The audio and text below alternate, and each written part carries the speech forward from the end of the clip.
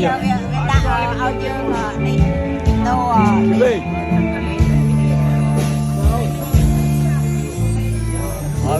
đi bọn đi pi lang á bọn đi pi lang mê dân crom mà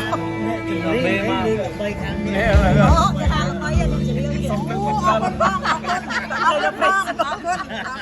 hay nó không Facebook đấyជួយ like ជួយ share Facebook ចឹងឯងបងគេដាក់បន្លំទេជួយ like ជួយ share បងឯងជួយ like ជួយ share ខ្ញុំបាន